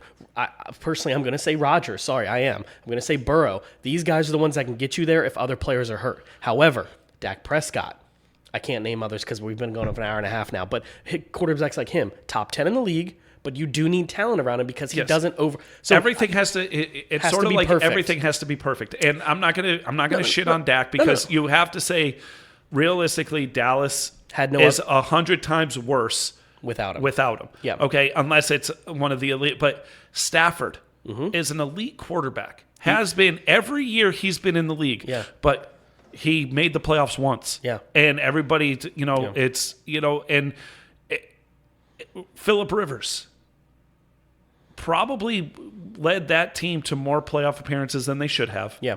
But at the same time, didn't get them over the hump when he should have. Yeah.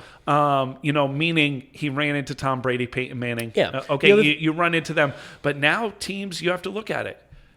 In the AFC especially, you're going to run into Mahomes. Yep. You got to go through Mahomes, Allen. Yep. And people are saying, oh, now Burrow. No, Mahomes and Allen have done it this is 2-3 years in a row that they've done it. Burrow's done it once. Yeah. Now, am I hopeful that, yes, the AFC goes through Mahomes, Allen, Burrow? Yeah. Yes. But at the same time, you can't even say, like these young quarterbacks that you say, well, who needs a quarterback? Yep. It's not proven that the Jets found their quarterback. Mm-hmm. It's not proven that the Patriots got their quarterback. Yep. It's not proven that the Jags have their quarterback, even though we all think he's going to be excellent. I think they need more help. I mean, it was side piece real quick, really shitty situation he got in with the coaching staff they had. I still think at some point we're going to be like, why did we sleep on him his first year in the league? Yes. I mean, not me, but he's got so much talent. Yes. It's hard to believe that was fake. I think he's I don't think he's Matt flashes, Leinart. I don't think he's Leinart or Dilfer. Not Dilfer. Shoot, I just forgot his name. Sorry, keep going. But you say that these teams don't need a quarterback. Yeah. But after next year, they might. Yeah.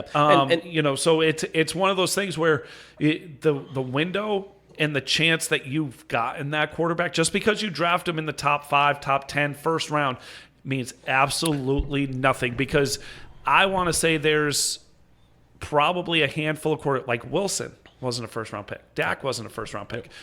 Big Ben wasn't a first-round pick. Big Ben wasn't a first-round pick, but Lamar was the end of the first round. Rodgers wasn't either. Oh, Yeah, was he? was. Oh, I thought yeah. he was a second round. No, Sorry, you're right. he was supposed to be like close to the top pick, and he dropped all the way. But again, Alex Smith in that draft was the number 1 pick. Now, arguably, Alex Smith was a very good quarterback. Yeah. But would you rather have Alex Smith or Aaron Rodgers? I mean, it's pretty clear. Right? And it's so there's no guarantee. But the quarterback position is the most important position in football. Yeah. You could have everything.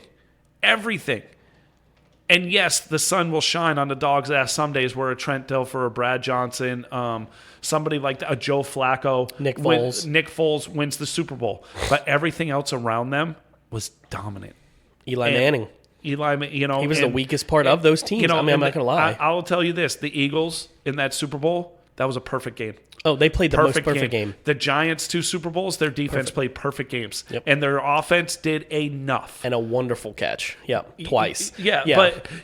But that being said, that is how hard it is to be successful. And this is something I've argued where, again, as a Dallas fan, I've had to argue this. People like Dak just can't, and it's not just you guys, but a lot of people he just can't get it done. And my response is people go, well, find him. And my response to that before they say find him is who?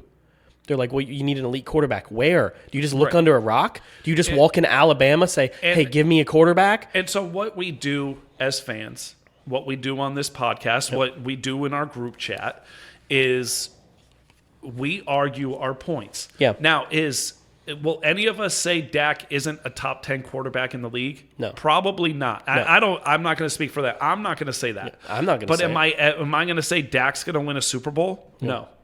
And that is my honest feel because I just feel like he isn't that guy. Yeah. Now, I never thought Eli Manning was that guy. Yeah. I never thought Nick Foles was that guy, Brad Johnson, can it happen? Yes, but everything around him in that playoff run, not even regular season, in that run has to go perfect. And you have 35 penalties and bad coaching. It didn't go perfect, right? Right. And I'm not trying to bring up the Dallas game, but the player with the best rating on the field was Dak. Right. And that's the saddest part about this whole thing. Yes. And so can you win a Super Bowl with Dak? Yes. Because he's a top 10 quarterback in the league. But I don't feel he's going to be the reason why you get there. Your defense has to be top notch and shut people down. And I would love to go back, and maybe I'll have to do it to go back, because I can assure I've never said he's the reason you'll win a Super Bowl because he's not elite. I think he was getting there a year or two ago. I thought he was close, but I think he's comfortably at the 8th or 9th best quarterback in the league. And this season I said 7th, but I think he's dropped.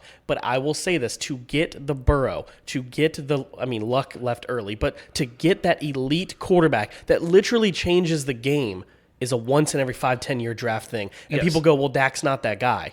Okay, but I would any team in the league right now, if they're smart, would take Dak Prescott over Lamar Jackson. Tell me I'm wrong. No, you're not. The fact is, to even get a Lamar, you got lucky. To even get a Dak, you got lucky. The Bengals are lucky as hell they were where they were. But I'll go a step further. Joe Burrow was the reason we made it to the playoffs. Yeah, but he's not the reason. Joe Burrow wasn't the reason why we made it to the Super Bowl. Yeah. That defense and our special teams is the reason why we made it to the Super Bowl. Our defense shut down everybody. And I think for me, which is here again, people say, "Oh, you can't change things," but like I can assure you that if we didn't have 27 penalties called us in the 49ers game, we would have won that game. And then that's the hardest part. It's like the coulda, woulda, shouldas, and it's so upsetting. Because same thing with your Super Bowl game. Like, oh my gosh, how many things could we have just fixed? Yes. And it would have been better. Because I look back on the season, I was like, in every statistical category with penalties, Dallas was one of the most dominant teams in the league. And we missed it. They completely lost it to the 49ers. And I was like, are you kidding me? So me personally, everybody's like, what if this was the lightning in the bottle for the Bengals and the defense doesn't perform like this next year? What if, That's very possible. What if, we sign offensive linemen, but we don't play as well? What if Burrow takes a regression? What if Mixon gets hurt game 1? Right. And I'm looking at that and I'm saying, and I am fully, I love Burrow. I think Burrow is easily right now a top 5 quarterback in the league. Mm-hmm. And I will argue that with everybody. But at the same time, we do not make it anywhere. Because I think Herbert could be a top 5, top 6 quarterback in the league right now. But he's not going anywhere unless his team on the other end stop somebody. His team has to think they're winners. That's the problem. You have to think you're winners and get rid of the ego and have good coaching. It's a whole circle. That whole ego word is huge because it's pretty popular in Dallas. How many Bengal players mouthed off? Besides, I'll say Eli Apple did, but at the same time, how many players, like, did you say, look at me, look at me? No, I won't say ego like that. I like the word cocky is different. They ego, were cocky. They believed. Yeah. They I would say when believed Joe in each Burrow. other, and they believed in the system, they believed in the team, but they didn't demand the spotlight. I would say it's like the big dick energy is what I call it, from like the energy from Burrow when he comes out and he's like, like he's super confident, but at the same time it's like, he went out and did it. You can't be ego and all that kind of stuff unless you're gonna do it. And that's the thing. Like with the Chargers, they got egos. They have players that don't play. They have players that quit halfway through the game. If you're gonna win, you have to have 3 things happen. Well, I want to say 4, and we know this. You have to have your quarterback. You have to, and I'm just top 10. You need to have a quarterback that throws more touchdowns than interceptions and has a decent QBR and does not ever have a game more interceptions than touchdowns. Just a good, decent quarterback. 2, you need a coach that can coach players into young men and turn them into veterans. And believe in team, not me. Yeah, and that comes from coaching. 3, you need to make sure the egos are gone. And 4, you have to play clean. If you can do those, when I mean clean is penalty free. Yep. You can do those 4 things. You don't need to have the best team in the league. No offense, Hendrickson and Apple and is it Von Bell and people. You still have him, Chidobe Awuzie. All these players on the team played well. But would you go into the season saying Hall of Famer, superstar, All Pro? The thing is, I looked at it as one of the least penalized teams in the league. Yeah, and played clean, played together. Yeah. So, and that's what you need, but it's... And personally for me, another thing I think is just like, you just have to play clean, you have to play good. And I think if you want to, you need to get rid of the like almost the scarlet letter in a way. You have to stop thinking because they talk about you that you are that guy. Right. They don't talk about the Bengals in the season besides Burrow. They're like, Chase is pretty good, but he's got a dropping problem. Mixon's pretty good, but he disappears in big games. And the Bengals are like, we're going to eat that shit up every day. Keep it going. But now the difference is now coming into this season, they're going to talk about Burrow like they did Mahomes. Now they're going to talk about Chase like they do Tyreek Hill. And you want to know what's funny is the day after the Super Bowl, I watched a couple things. I listened to a couple things, and it bothered me because they're like, "Oh, the Bengals can't make it back because they have to do this, they have to do that. This team, already being disrespected." Oh yeah, and it's just it cracks me up. But they're not going to stop. This football offseason is very important for a lot of teams, and the 3 teams that we root for mainly, and everything. I would even say the 4 because the Steelers too.